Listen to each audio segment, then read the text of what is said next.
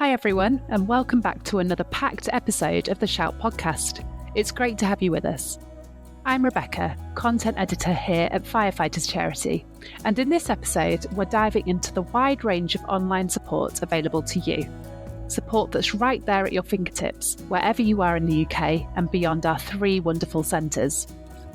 Firstly, I chat to Luke Kavanagh, a whole-time and on-call firefighter who took part in one of our online wellbeing courses. That experience later led him to access online counselling during what was a challenging period in his life.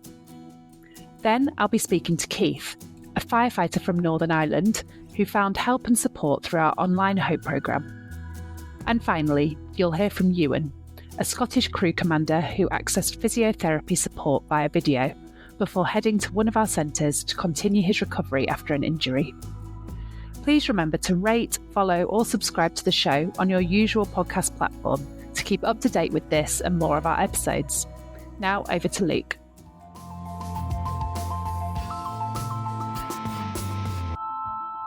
Thank you so much, Luke, for chatting to me today. Just tell me a little bit about what your position is in the fire service. Are you whole-time or are you on-call? I do 2 roles within the fire service. So my whole-time role, I'm a crew commander within my whole-time role. That's with Hereford and Worcester. And then I'm also a on-call or retained duty firefighter with Gloucestershire Fire and Rescue. So just tell me a little bit about your background and what kind of led you to seek support in the first place. I was sort of having a think about this not so long ago, actually, because it was sort of, like replaying it in my mind in terms of what caused me to go down that route. And I remember sort of at the time I was working at a different station for my whole time role.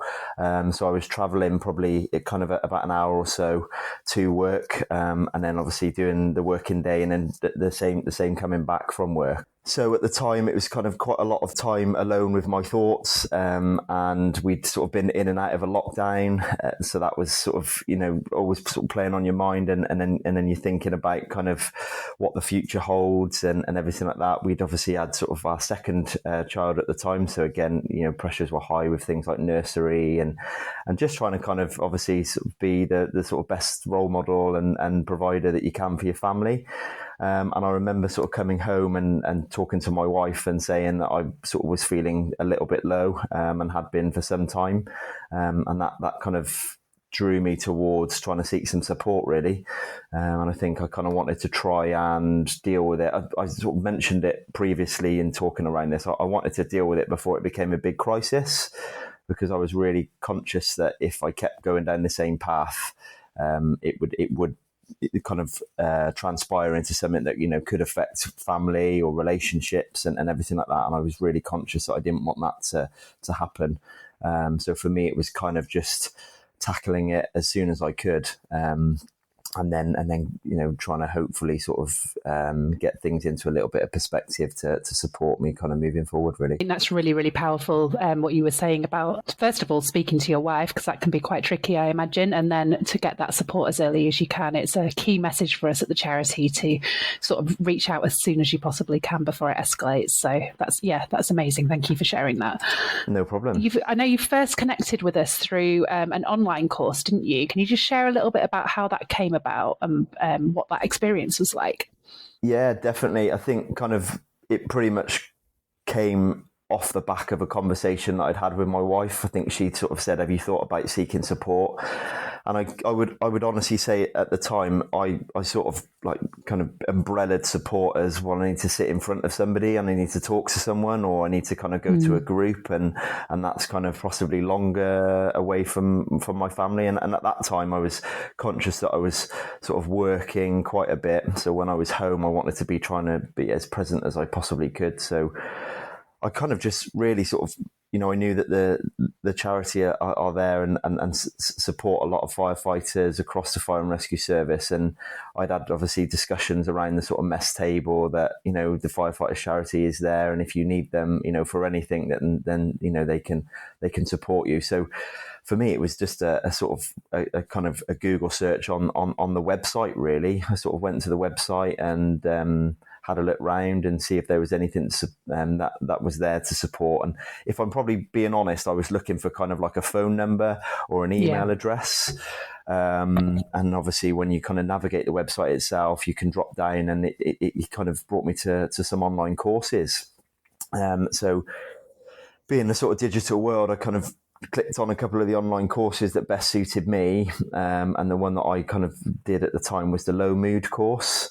And I find it really useful. I think I'm somebody who tries to find an answer, sometimes maybe to my detriment, as quickly as I possibly can.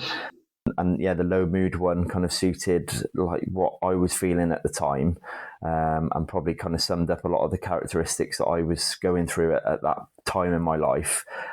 So I sort of took myself through that online course and found it really useful. Did it kind of fit into quite a short space of time? Was it a fairly short course? Yeah, so the beauty with it is you could choose a longer course and a bite-sized course. So again, kind of going back to that sort of trying to find an answer as quickly as possible, I went through the sort of bite-sized course. Again, not through any reason that I thought you kind of try and find some answers or just try and kind of clarify sort of how I'm feeling and what I'm thinking at this sort of current time, and try and make sense of it. The bite-sized course was great because it was literally probably I'm being as literal as I can, 2 or 3 PowerPoint pages that kind of take you through maybe some of the thoughts that you're going through and how to kind of maybe sort of like rationalize them, and how to sort of help you to kind of understand them a little bit more. And then it almost kind of led you towards more information if you needed it. What made you decide to take the next step and try online counselling? Was there a moment that you maybe thought, I'd really benefit from actually talking to someone now as well after that? What I found was the online course itself, it sort of prompts you towards further options. It kind of almost... it kind of summarizes maybe what you're feeling and how you might be feeling. And, you might not tick all the boxes, but there was definitely sort of some information that resonated towards me. And then kind of when you finish that part of the course, it prompts you to further help and support should you need it. And I felt like I was kind of at that point where, I definitely need some further support. So I remember actually kind of going through the contact us, and you can kind of then send an email. So I kind of filled in the contact us, and if anything, it was not necessarily kind of a can you help. It was almost like I tried to do it for my own benefit, whereas like a reflection of how I felt at that point. So the email kind of probably almost read as, this is how I'm feeling, this is kind of why I think I'm feeling like this. Is there any way that I can kind of gain some support? And I remember then the charity phoned me back, and the chap who I had a conversation with kind of almost sort of said some things that was a bit of a eureka moment for me, and said, look, if you're feeling like this, then maybe you can kind of think about some online counselling. And that was kind of what prompted me to do it, really. So having a conversation and thinking, what this guy is saying is kind of absolutely sort of 100% on the nail.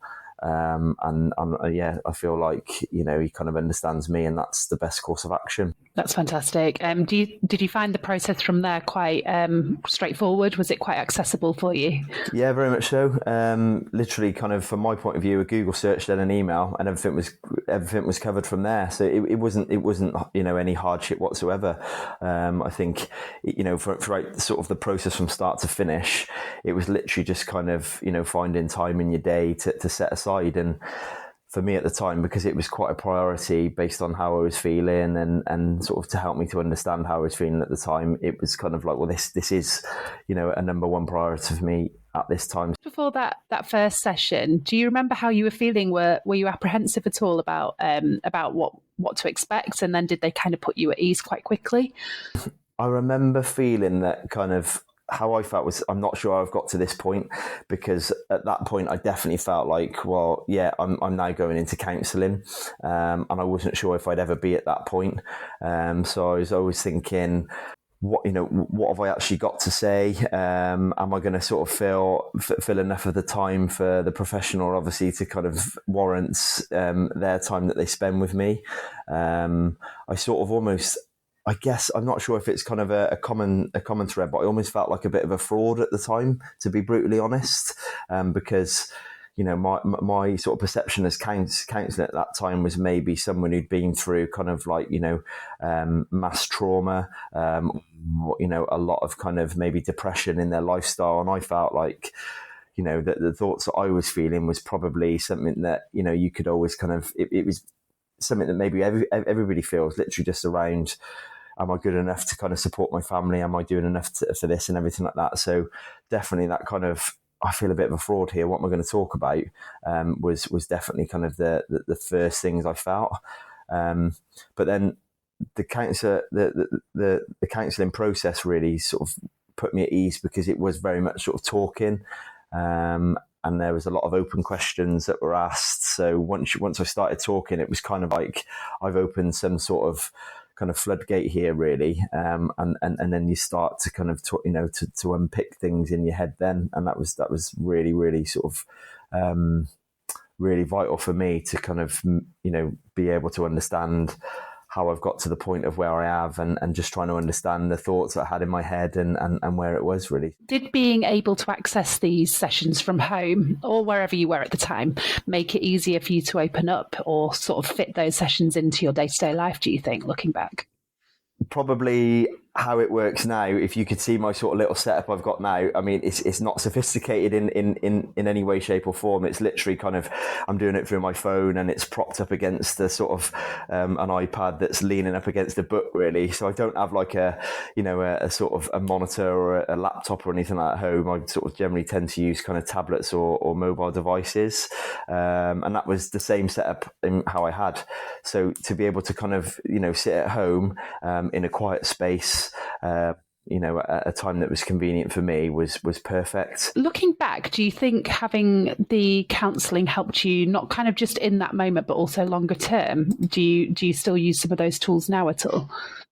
Yeah, definitely. Maybe one or two sort of like short sessions or short bursts, whether it be 2 or 3 sessions of counselling since. And I just kind of almost use it as a bit of a check-in with a professional.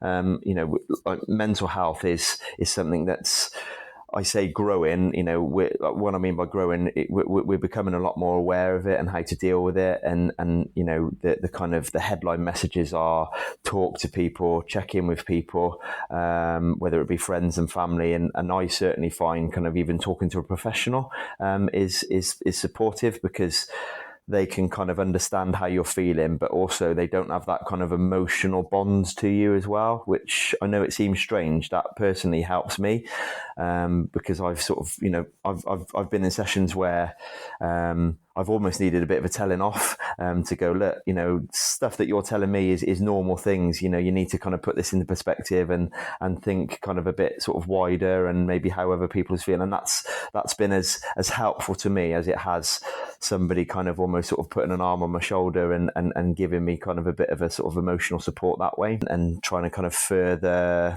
develop your understanding and using more resources like the online support. I definitely felt like doing a little bit of, having some support, then sort of moving away and trying to sort of, rationalize that and deal with that on my own, and then coming back to kind of have a little bit more support is definitely kind of the route for me. And I'd probably kind of, I wouldn't rule it out for doing more in the future, and also, encourage other people to do it as well, whether it be through the sort of firefighters charity that I've done and supported me, or, from your own service, to do a similar thing if it's provided for you.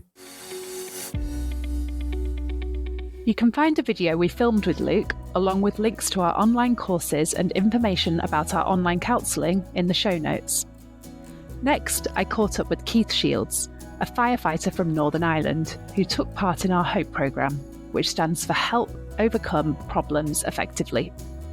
It's a self-directed, flexible programme that you can work through at your own pace, designed for anyone who feels they could do with a boost to their well-being, especially during times of change or uncertainty, no matter how big or small those challenges might feel. Hiya, Keith. Thank you so much for joining us. Could you just start by telling us a little bit about what you do for Northern Ireland Fire and Rescue Service? Yeah, so I'm in the whole time in Northern Ireland Fire and Rescue Service. At the present, I'm a crew commander in our Learning and Development Centre, so I work in the Incident Command Department as an instructor. but also I am BA instructor, road traffic collision instructor as well. So sort of do both sides of the coin here. I've been whole time now nearly 12 years. I was on call previous, and I was airport fire service as well. So I think a total of about 23, 24 years service combined now. Wow, you must enjoy it. Oh, yes, I do indeed. It's more than just a job, it's a passion, I imagine. It is. Oh, childhood dream. Childhood dream. Had you always known about the charity and the kind of support that we offer? Had you heard about us previously?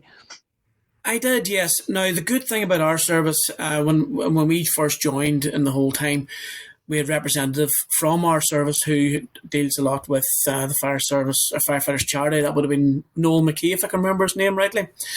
And within the first 2 days, he comes in, does a chat, and then you're welcome to sign up, which we all did, of course. Listening to Noel, and obviously I knew about the charity sort of previous to that, and was very aware of the facilities in the mainland, but you could go over with your family if you get injured, God forbid, during on duty or even outside. That the charity was there to help you with physio and getting yourself back to duty again. So it was a no-brainer. Signed up straight away, and there was 28 of us started that day, and we all signed up. Oh, brilliant! And so I've always knew the charity was there for us. Tell me then, ahead of that 2022, when you did get in touch, just tell me how that sort of started and what the health challenges were that you were dealing with at the time. Yes, so it was during the second wave of COVID. It went through our station quite badly. And unfortunately, I was one of the ones that it hit. It led to being off for quite a few months with, I'd say, severe COVID. What kind of symptoms did you have? Well, for about a week and a half, I don't remember anything. It was like a walking zombie, my partner called it. And then once it sort of came round from that period, awful weight loss, couldn't eat, couldn't drink. Terrible breathlessness. I couldn't have went up the stairs without stopping and getting my breath. Brain fog was horrendous. My partner would have said something, and even half an hour I'd be questioning, couldn't remember what was going on. That led on for quite a few months. I think it was August that I picked that up, and it was round about November time that I felt, right, I could start rehabilitating, get back to the bit of exercise. My GP allowed that, and unfortunately then in the December, when I was starting to do a bit more work in the gym, I noticed heaviness in the chest, and it was progressively getting worse over the couple of weeks.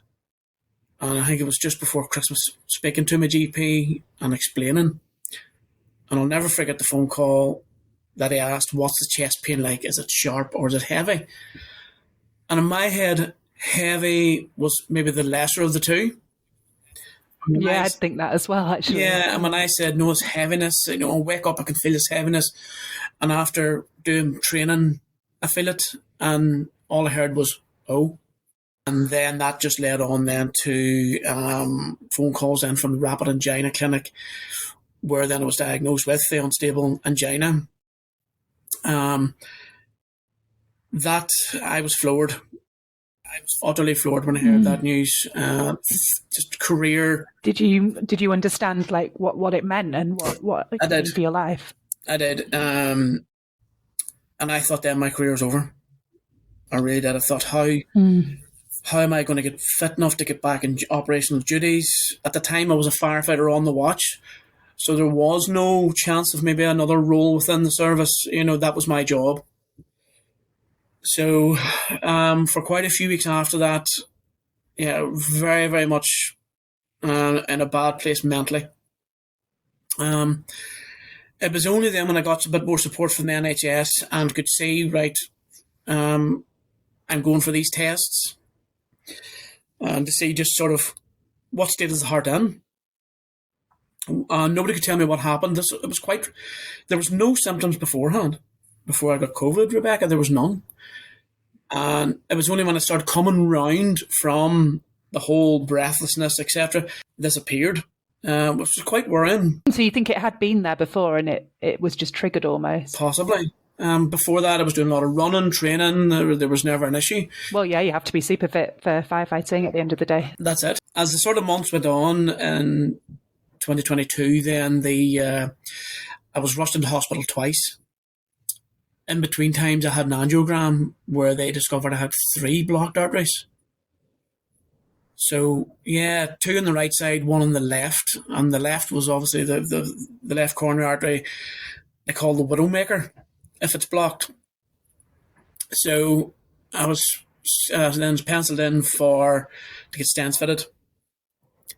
And it was only after the second hospital visit in the August that I was in, basically rushed through. You appreciate during the times the NHS was swamped. They were flooded. Even though I have a very high priority, Rebecca, it didn't matter. I still had to wait and wait and wait. But funnily enough, the day that I actually was in doing my day procedure to get the stents fitted was the day the whole programme started. Oh, really? Yeah. So I'd found out I'd seen it on Facebook in the July. I just knew, I said, I remember seeing the ad going, right, this is meant to be. I'm signing up for this. I definitely think I need this. Didn't actually realise that this was available through the charity. And how it came up on my feed, I don't know. But straight away I signed up.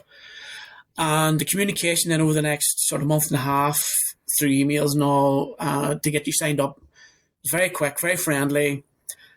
And I remember sitting in the hospital after having the procedure and the emails coming in to start and the panic because I was like, I can't start this today. Now, it was Paul Allender was the guy who was our sort of facilitator.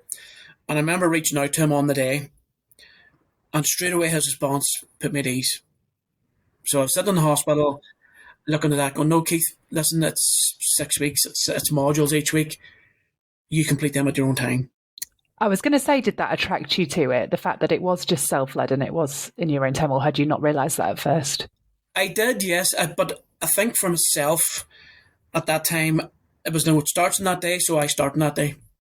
You know, it must be completed each week. And I kept thinking, if I don't, then it's going to overrun, and I'm going to end up, swamped. And believe it or not, that's one of the issues that I had, was putting myself under so much pressure. Things had to be done, then they need to be done.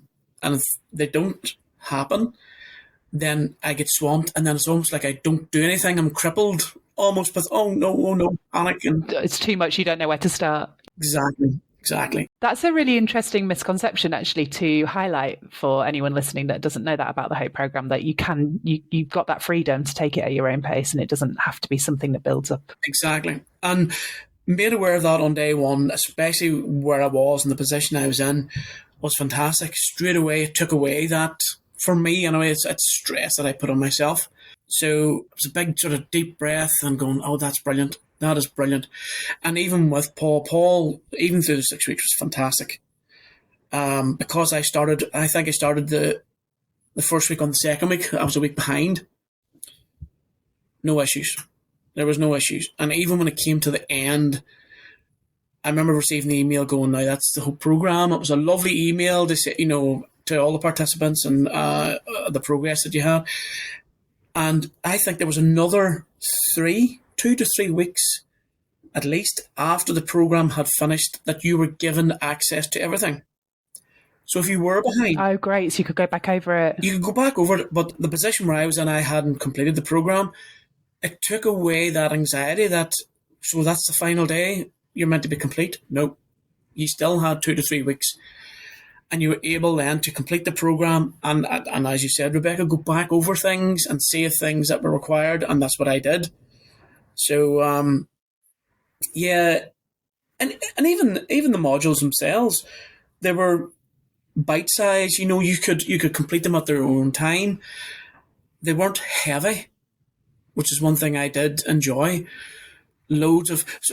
As we know, everybody's different learning styles, and so to be able to read information and then have a video, to me was brilliant. You were able to then read and then watch the video, and then that sort of reinforced the points that they were putting across. So to me, it was fantastic that way. And some of the videos I kept, and screenshotted the information as well. So yes, even though when the program ended, that was you done, you were able to have all that stuff saved, especially YouTube links, etc. And yeah, coming from the end of it, like, I have to admit, even now, there's actually something from the program, and this is now what, I'm nearly 3 years down the line. Yeah, that it's actually relevant to me now. But I still have that information, and I'm able to look and go, right, remember this, remember that, and go, right, I need this now. So that's amazing. Even all this time past, yeah, I still revert back to the information that I received from the whole program. That's incredible. That's the goal at the end of the day. It needs to be long-term change. And were there any modules that really struck you as being particularly useful for you? Oh, definitely. The first one, the first module, and it was all to do with goal setting. Because, yes, it is about mental well-being, but you don't realise how many sort of levels there are to that for human beings. And like I said, the first week couldn't have been any better. Goal setting, because I was sort of panicking about getting this finished. The old sort of thoughts, processes were coming in. And then going through that first module, showing that, do everything in small pieces. Set yourself a realistic goal. Don't be sort of overexerting yourself. And so for me, straight away was, right, this program, I'm a week behind. Yes, but I have that safety sort of net that I can continue on, do it at my own pace. The old sort of thoughts were coming in, going panicking. No, I need to get this done. That first module just put me completely at ease. And then I sat and looked at it and going, well, hold on, I can apply that not only just to completing the whole program, but my life. And for me, that was just an excellent start. Even now, so between goal setting, which I've applied ever since, it's been a fantastic tool for me. I didn't realise, even for tiny things like doing jobs around the home, which there is plenty of, there's always a list. But I can sit down and actually go, no, hold on, I can plan, do this, and this. I'll do that then, and it removes all the anxiety and the stress. I apply that in my job as well. When I do feel those feelings of, hold on, I'm going to get overwhelmed here, there's so many things I need to do, I just sit down and take a breath and go, right, goal setting. It just always comes back. One of the things I always remember from the whole program, and I think it was one of the other participants said about, just give thanks. Just stand there someday and just say, I am so thankful for this in my life and for that. Just reaffirming what you have. That wee start is enough. And that'll lead on to more and more sort of realising what you have in your life. One of the other things I had was the mindfulness I got from that, and there was a few wee podcasts I would listen to, like sort of just sit outside, start the day either with a cup of coffee or a cup of lemon water or whatever, and listen to this wee podcast, maybe 10 minutes, but it's just something just to give you that wee lift and go, yeah, things aren't as bad as what you think. And again, there was 2 links that I'd got from that, and it led to a podcast on Spotify that I keep and listen to. And yeah, so sitting here, Rebecca, I have mentioned it to certain people in work. If they've taken up, I don't know. But definitely for your mental health, without a doubt, I don't think I would be in the position that I'm in now without it. 100% say that hand on heart. I know what I have around in my life, but the whole program has given me those tools. One that sort of helped me from day one, starting it, to right now, nearly 3 years down the line, that I can look at another module and go, I need this now. If the Hope programme sounds right for you, you'll find all the details and a sign-up link in the show notes. Finally, I spoke to Ewan, a crew commander from Scotland, who accessed physiotherapy sessions over video after suffering a back injury. He shares how these sessions helped him regain strength and movement from the comfort of his own home before going on to receive further support at one of our centres. So just to start with the basics, Ewan, what's your role in the fire service and where do you call home at the moment? Yeah, so I'm a crew commander based in Oban, and deputy volunteer leader at Dalmally, and that's where I stay in Dalmally, the west coast of Scotland. Beautiful, I'm sure. And just casting your mind back then to, I think it was 2022, wasn't it, when you first reached out to us? Tell me a little bit about what led to that. I just had this lower niggling back pain that I just couldn't get rid of. So I tried everything, and then I remember not long before we had a representative from the firefighters charity had popped into Dalmally station actually to do a kind of little talk and presentation of the services that they offer. So I was a little bit hesitant to contact at first, but I reached out anyway. I was very quickly assigned with Katie, and I'd actually had an appointment scheduled in, and it was like within 2 weeks or something like that, which I thought was great. And then the weekend before my actual appointment, which was an online consultation, I was doing a wee bit of trail running, and going downhill and my back just went like that. Had to get helped off down the hill. And that was me bedbound for the best part of 4 months. Oh, wow. You're not actually able to sort of get up and walk around much. Yeah. Wow. So my very first physio consultation was me lying in bed, and I kind of thought, oh, it's a bit of a waste of time. Let's maybe reschedule. But the very light mobility techniques, just small hip rotations, that all kind of eased the pain, to start with. In the long and the short, it turned out that I had herniated and prolapsed discs in my back, and effectively that run I done before had just basically was the straw that broke the camel's back, so to speak. I mean, you mentioned just briefly there that you weren't sure if having the video consultation while you were sort of lying in bed would be much use. Just being honest, do you think you were a bit sceptical when you heard that they're remote sessions? Did you think, what did you think, or what did you expect from those? Do you know what? I was just thankful to get quick help as well, because when I was actually spent, it was like 24 hours in the hospital as well, because the ambulance had taken me in because I couldn't move.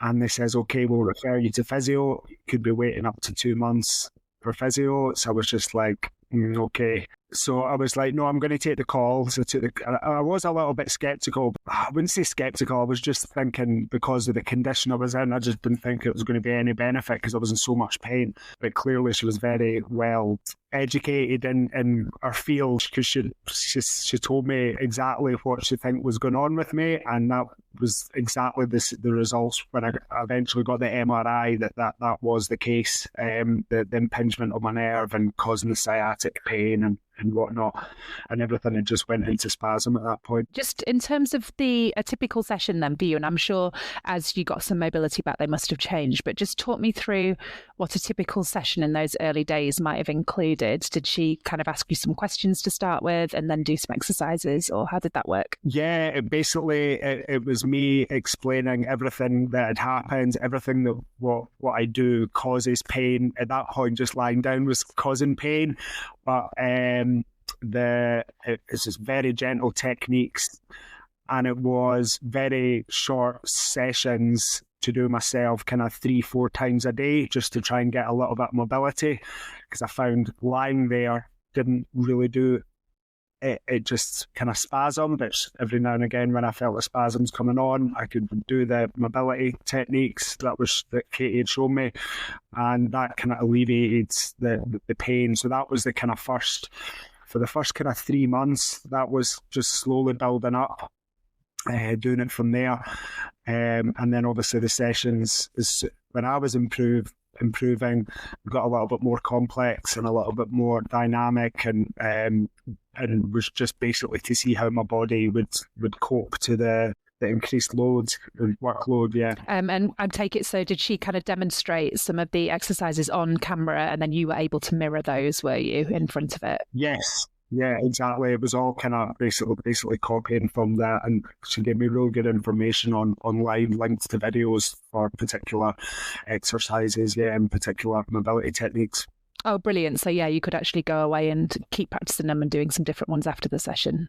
Casting your mind back, do you think there was a turning point when you just thought, actually, this is really working now, I am really seeing an improvement? The turning point was, it was probably after the kind of 2.5 month stage into 3 months where it was just all becoming, this is a little bit better, and I was beginning to get some answers that this is definitely what's happened. Now we've got the proper tools to try and reduce the pain effectively. And even they said if the surgery is a kind of 50-50 chance whether it's going to actually help you or not. And she was just basically, you're making good progress, let's just keep at it. And then when I went down to Penrith, the centre there, I think it was maybe kind of 4 months in, and it was just like, it was just next level, and it's just, it was great getting the actual one-on-one and hands-on when you were there. I was going to ask you that, actually. So do you think, looking back now, it was actually really useful to have the online sessions first, just to get you practicing and get you to know and put you at ease a little bit with our physios, and then to follow that up with a visit to our centre? Yeah, 100%. I feel that people's instinct would be, they want to go there straight away, but it just gives you a little bit of core knowledge of what's actually going on in your body, and builds a little bit of core strength and stuff, so you're ready for what's in store at Penrith. It's not easy. You are put through your paces, obviously to your ability, so you're not feeling pain and stuff, but you want to put as much into it as possible, but it just gets you into that right mindset and the right frame of mind to actually what you're going to do when you're down there, and it was different level. Brilliant. Did it help you get back on the run, essentially? How long were you before you were able to go back to work? Yeah, so I went on to light duties after 6 months, and just slowly progressed it up from there. And then I actually went back down to Penrith, who done a kind of a proper physical assessment on me, got me with the BA set, doing the obstacle course that they've got up and down the stairs and stuff. And it was just a really physically and mentally tough week, but I knew I was, prepared for it. Do you think it helped that the physiotherapy team that you were working with have that insight into the pressures the fire service faces, and also just in terms of kind of the fitness and the exercises you need to be doing to get back on the run? Yeah, but all the kind of exercises and the kind of the test that was put through was kind of above and beyond what I would be able to do on my, for my role, which is good, and it just shows you how far I'd come in that short space of time since injury. Brilliant. Oh, I'm really pleased. It sounds like you made massive progress in a year, to be honest, if you were at one point not able to walk around, so that's incredible. It was, saying that, a stretch of time when you weren't able to do the job that you loved. Did you find it was having a bit of an impact on your mental well-being as well as your physical well-being? It was just the unknown, because obviously the work has a process if you're off unplanned and or off for an extended period of time. So going through the capability stage 1, stage 2, that was very emotionally and mentally draining. Kind of questioning myself, have I done the right thing, as in should I went for the operation? So mentally it did take its toll, and kind of questioning, am I ever going to get back on the run again? If I don't get on the run, are they going to give me an alternative role within the service? So it was all very worrying. I mean, that's me 20 years in the fire service, via retained whole time and volunteer. May last year has been 20 years since I started. It was really worrying not knowing what the outcome was going to be. Through the online kind of counselling sessions, it really helped trying not to worry about the uncontrollables, just do everything in your power to try and get you into the right frame of mind for the recovery, because if you're panicking and thinking about the uncontrollables, then it's a lot of time and effort wasted rather than not putting it into your recovery. I hadn't actually realised that you did the online counselling. Was that following the sort of digital physiotherapy? Did you also have those afterwards as well? Yes, that's right, yeah. So it was towards the latter stage of my recovery, because I'd actually had a setback whilst I was on doing the light duties. I ended up having a setback, and I thought that was me back to square one.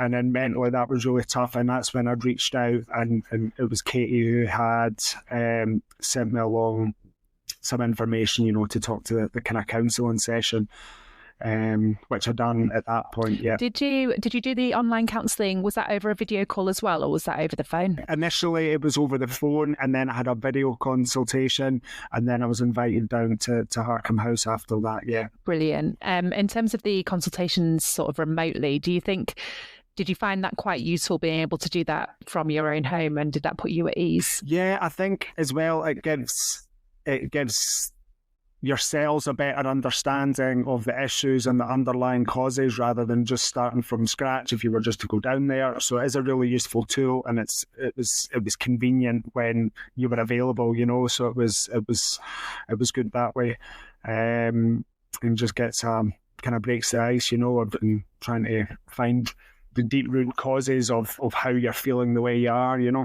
Absolutely. And then was it the reset program that you did at Harcombe, and how did you find that? It was the reset program, yeah. How did it go? Was there anything in particular you found useful? It was fantastic. I've met some fantastic friends as well that I still keep in touch with today.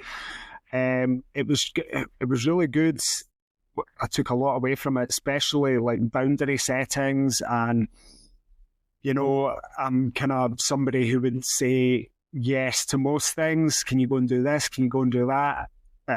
Whether you've got time or the energy to actually do that, just to set up boundaries and say, I'll maybe do it, but on my timeline, I can do it, when I have the free time, mental capacity to actually carry out that task.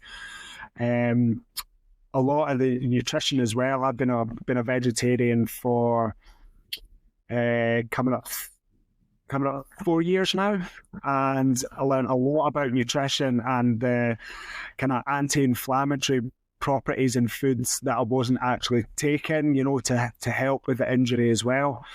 So I learned a lot about that as well, and kind of altered my diet to ensure that I was actually getting the nutrition my body was needing. That's amazing. That actually does kind of answer my next question. I was just going to say, sort of fast forwarding to today, are there any tools and exercises that you learn throughout your time with us that you are still adapting into your life now? So that's obviously one of them. Nutrition and the mindfulness. So before, I would go out for a run or I would go out for a walk, and I would always be listening to a podcast or I'd be listening to music. I've got two very energetic bearded collie dogs that need at least an hour a day of about time, So I would never actually be there out in the walk in my surroundings. I would always be listening to a podcast or on my phone or, listening to music. But actually not taking your device or switching it on silent or something, and just going out and just actually being there out on that walk, using your senses, your ears. For, as I say, we live in a beautiful part of the world in the Highlands. There's all the sounds of the birds and whatnot, the sounds of the wind and the rivers, and just using your senses, and actually being on that walk rather than your mind being elsewhere. And I try and use that every single day now, yeah. Good for you. Well, amazing lesson to have taken. And you didn't stop there. So after your experience with us, I know you planned a pretty epic fundraiser. Just talk me through what that was in 2023. To alleviate the pain I was in, I was kind of on this kind of journey doing the cold water therapy. And through the injury and even the height of the injury, I would utilise kind of cold and hot water techniques, basically just to try and alleviate the pain and help increase blood flow. So I was kind of doing the cold water therapy kind of 2 to 3 times a week. And then I just went on a crazy mission to say, right, I'm going to start doing it every single day. And it was only when I was at Penrith, I kind of had this crazy idea that I realised that I'm utilising a lot of these services. I want to give a little bit something back. So I thought, right, I'm going to do this every single day for a year to try and raise some money. I raised a fantastic amount. I can't remember what the actual final total was, but it was quite a substantial amount. And I am still doing it today. So I'm nearly, still doing it every single day. Yeah, it's not a chore. I enjoy going out on all these walks to try and actively go and find new places to go swimming and stuff, and it's just, I love it. Incredible. Good for you. I mean, it's obviously having huge benefits for you if you're still going with it. But finally, if another member of the fire services community is, say, if they're going through a challenging time or they're struggling, maybe right now, in fact, what would you just say to them? Would you encourage them to get in touch? 100%. It's never too late. You always think that you might be too far down a situation or scenario to try and get it resolved or put you back in the right direction. And I wouldn't hesitate, just pick up the phone. They're very friendly. And I wouldn't say I was surprised, but I was thankful and overwhelmed with the support I've received up to this stage. A huge thank you to Luke, Keith and Ewan for sharing their stories. It's been so valuable hearing how our online support made a difference when they needed it. If you'd like to explore support available to you, whether that's online or face-to-face, you'll find all the links you need in the show notes. And if you've got your own experience you'd like to share, you'll also find details on how to get in touch with us there. Thanks again for listening, and we'll see you next time.